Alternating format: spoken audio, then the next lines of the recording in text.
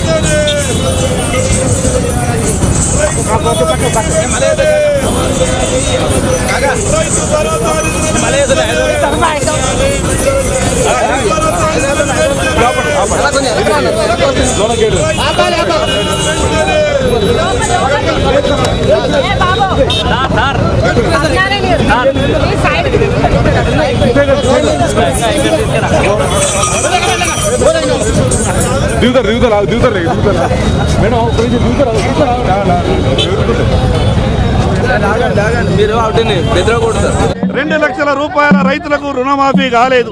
ఈ రాష్ట్రంలో పంటల బీమా పథకం అమలు చేస్తామన్నారు. పంటల బీమా పథకం అమలు కాలేదు. రైతు భరోసా చిల్లి గవ్వ కూడా విడుదల చెయ్యలేదు.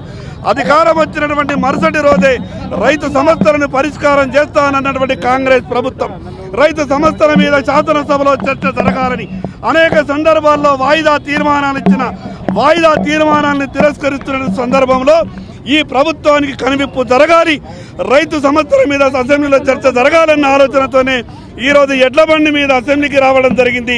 ఇప్పుడైనా ఈ ప్రభుత్వానికి కనువిప్పు కలగాలి, రైతు సమస్యలపై చర్చించి ఈ రాష్ట్రంలో ఉన్నటువంటి రైతు సమస్యలు పరిష్కారం అయ్యే వరకు భారతీయ జనతా పార్టీ కాంగ్రెస్ ప్రభుత్వం మీద పోరాడుతుందని ఈ సందర్భంగా తెలియజేస్తున్నాం. Thank you.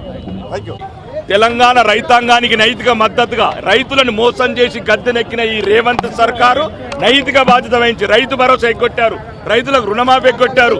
సాంకేతిక కారణాలు పెట్టి తెలంగాణ రైతాంగానికి మొత్తం నైతిక మద్దతుగా ఉద్యమం చేపట్టాము. ఈరోజు తెలంగాణ అసెంబ్లీలో నిలదీస్తాము. కమిషన్లకు లేని సాంకేతిక సమస్యలు రైతుల గురించి ఎందుకు వస్తుంది?